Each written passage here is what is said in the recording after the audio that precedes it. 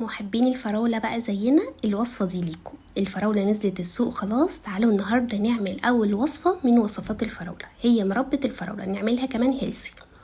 هتجيبي الفراولة وتنضفيها كويس جدا، تغسليها مرة واتنين. بعد كده هتجيبي حلة تفضي فيها الفراولة، تحطي عليها بقى مكونين. أول مكون هو فنجان من المية، ممكن تحطي فنجان قصاده من السكر، بس أنا حطيت 3 معالق كبار من العسل عشان أخليها هيلثي. سيبيها بقى على نار هادية تغلي وشيل الريم ده كله، وهي هتتهري لوحدها. وانتي بتقلبي فيها كده تتهري لوحدها، وده كده احلى صوص فراولة. ممكن تسيبيه يبرد وتشتغلي بيه في اي كيكة انتي تحبيها، احلى من الصوص اللي بيتباع جاهز بكتير، طعمه وحش اللي بيتباع جاهز. لكن انا عايزه اخليها مربى فراوله، فحطيت معلقه كبيره من النشا على كوبايه ميه ونزلت بيها على الفراوله بتاعتي، وبس كده مربى الفراوله بقت جاهزه.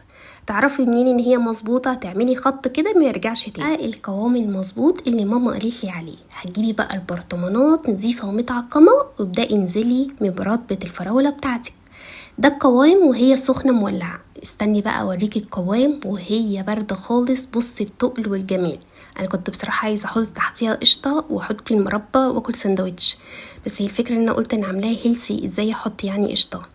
بس كده. يا رب الوصفات تكون بتعجبكم، وبألف هنا وشفا.